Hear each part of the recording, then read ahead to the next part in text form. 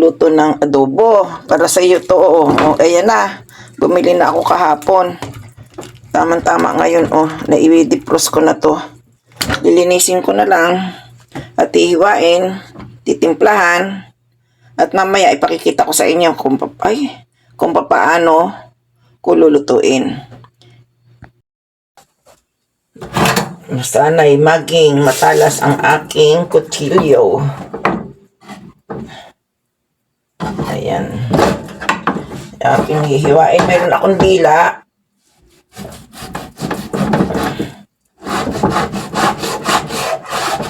Mapurol. Mapurol. Lalakihan ko lang para kasi pag maliliit nadudurog. Ay, mapurol nga. Ayan. Mga ganito kalaki. Mapurol siya. Gawa natin ng puraan. Dito na nga lang sa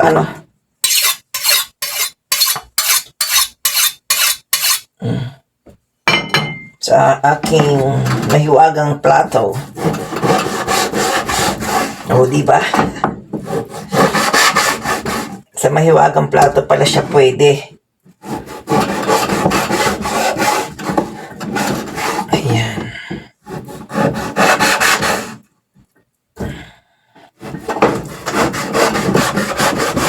Mayroon akong dila, mayroong paa, at itong laman, dalawang buo. Kasi nag-aagawan sa aking adobo.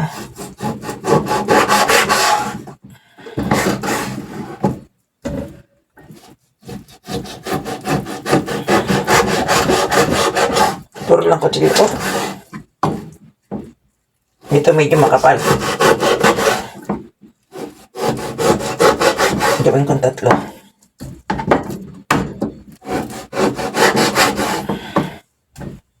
Ayan. Para ako nitong matadero, Bala kong matulog na. Kasi ito naalala ko.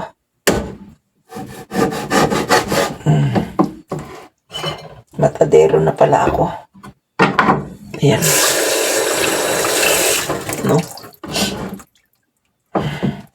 Kwentuhan muna tayo habang ako'y naghihiwa.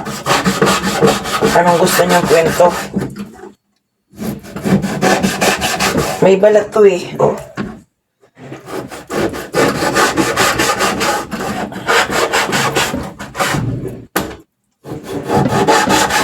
Mahirap ang mahirap pala maging kusinera sa totoong buhay.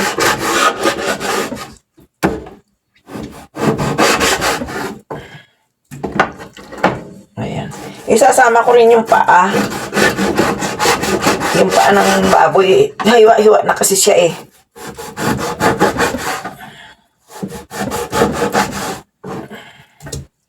Ganito na siya Malinis na. Hiwa-hiwa. Kaya pwedeng kasama.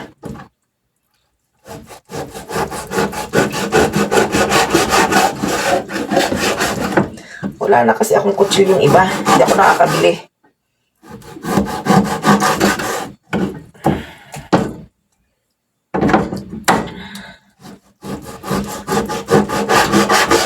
Apple cider ang ilalagay ko ditong suka. Napakarami kasi. Dati ayaw ko ng apple cider kasi parang hindi masarap. Hindi mabango. Pero maasim na maasim talaga siya. Kaya marami akong apple cider. Kaya kailangan talagang maubos.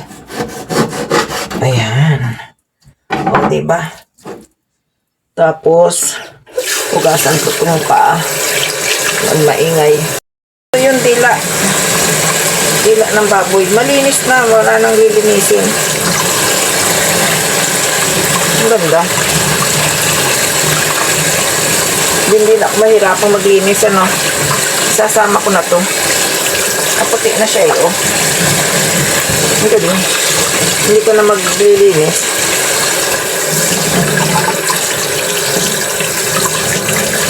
Ayan. Malinis na yung dila. Hatiin ko na lang.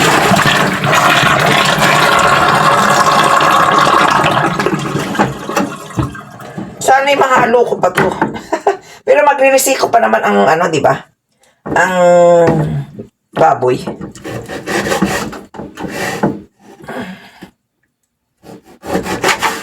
Ayan. Patiin ko muna sa gitna. Kasi malinis na siya eh.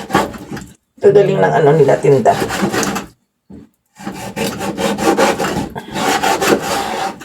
Magaling pala doon bumili. Malinis.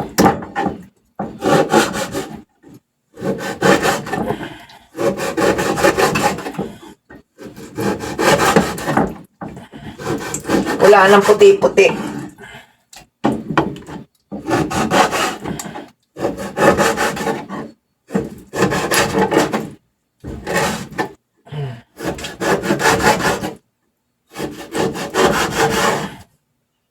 Wala namang amoy. Kala ko may amoy. Inamoy pa. Inamoy ko ah. Kala ko may amoy kasi.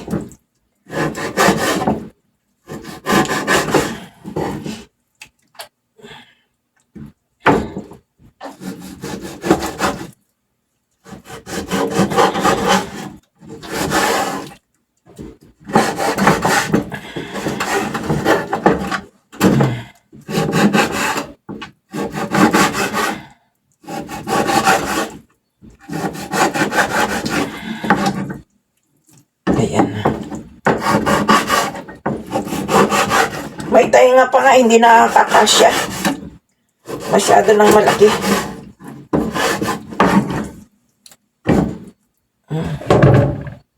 May tainga pa ng baboy. Ibubukod ko na lang. Pakukuluan ko muna kasi na ano na siya. Tapos hati-hatiin ko, pwedeng pang crispy. Malinis na oh, galing. Hindi ko lang maintindihan kasi doon ang mga tinda. Kasi Vietnam. Pangkaraniwan, sana mayroon silang Japanese na ano, nakasulat man lang.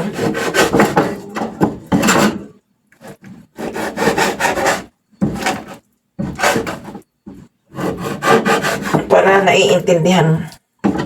Ako lang naman hindi nakakaintindi kasi lahat ng tao doon, halos lahat Vietnamese ang bumibili. Kaya Thailander. Ayan. Oh, ayan na.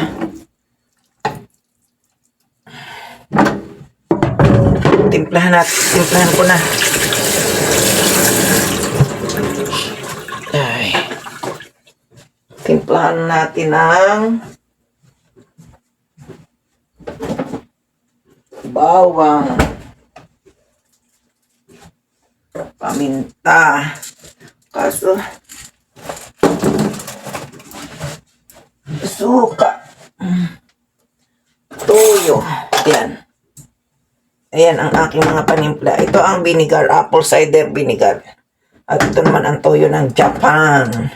Ito naman ay bawang na ginagad na. Dami. Buhay.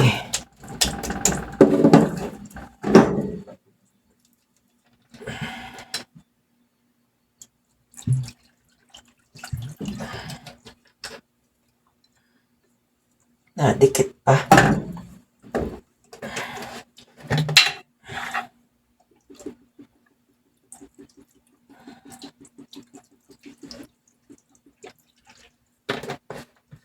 Tansya. Tinansya ni Lola ang pagluluto.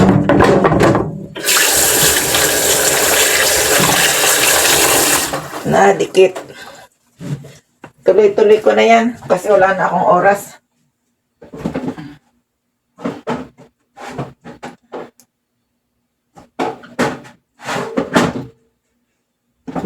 Lagyan natin ng beer. Pasabaw.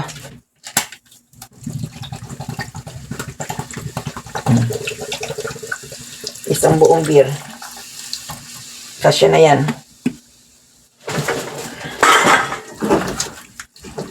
Kasi, para lumambot ang kanyang ano. Lamasin ko lang konti. Para maghalo yung bawang.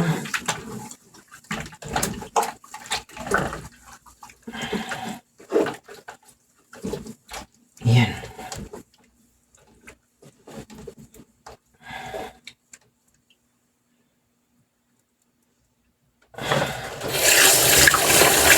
Mamaya ko natitikman pagka na ano.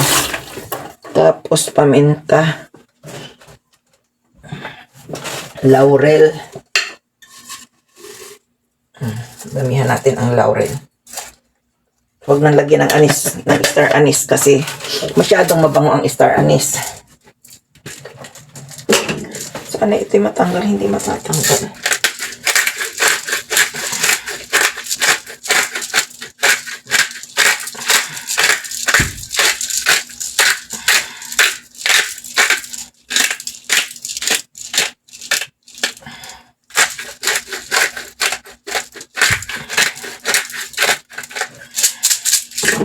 Ayan.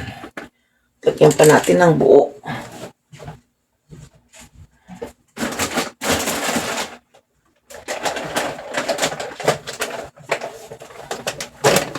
Bigay ito ni Chi sa akin. Buong paminta.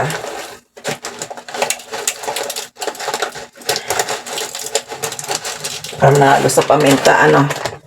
Ngayon, apoyan na. At tayo'y maghihintay na lang ng oras. Ayan na. Tingnan natin. Ako'y naligo na rin tuloy. Ay, wow. Hugasan natin yung mga ano, excess na.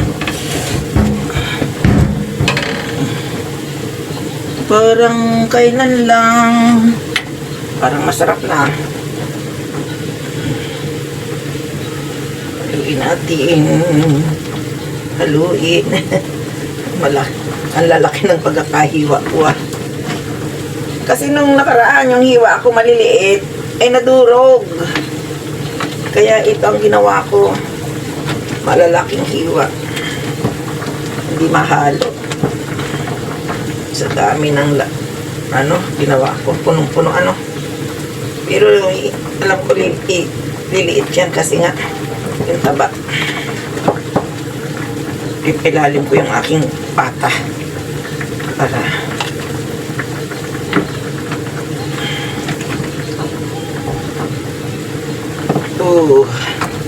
parang hirap maghalo. 2 kutsara.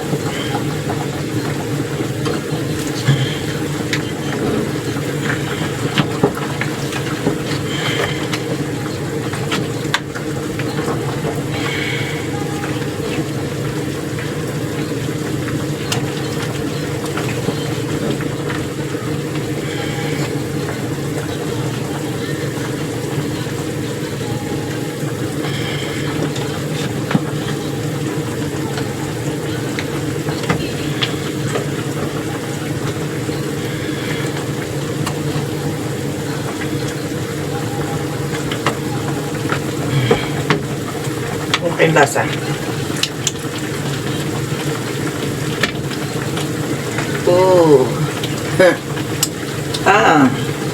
Lami. Parang manguhula ako sa lasa. Ayan. Takpan ulit. Ito naman yung tenga. Yan, yung tenga. Kasi hindi na pwedeng ihalo dyan. Kaya pinakuluan ko na lang dito. Pwede ko itong i-crispy. Pangpulutan. Di ba? Maglalaga na rin ako ng itlog. Dito ko na ilalagay. Kasi nga, ako'y may paglalagyan ng itlog bukas sa aking almusal.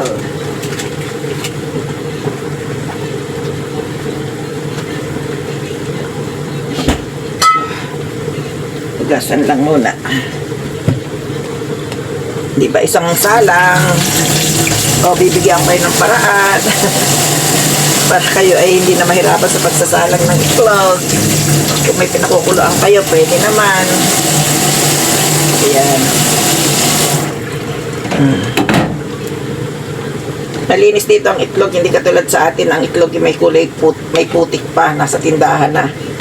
Dito malinis. Okay din yung binilhan ko ng ng ganito. Malinis siya. Tapan ko ulit at iwanan. Naku, nakalimutan ko yung aking iklog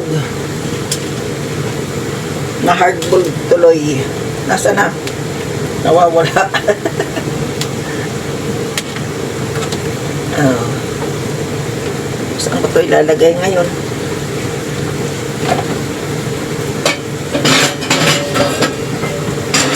Naluto tuloy ng gusto. Pero okay lang yan. Gawa.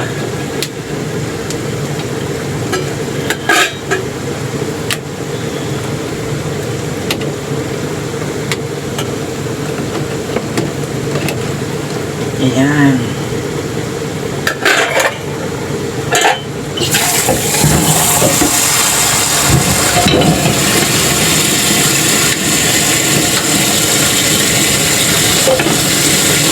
Maluto siya dyan. At ito namang aking adobo. Ay, wow! Mukhang masarap na masarap.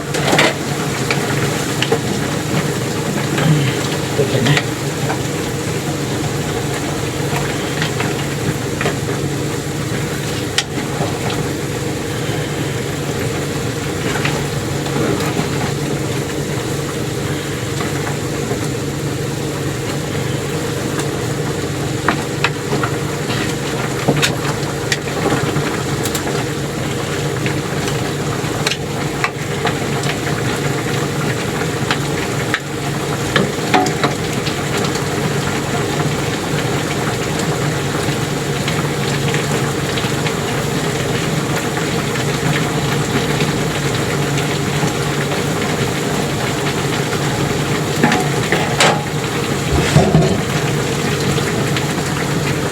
Pan, uli.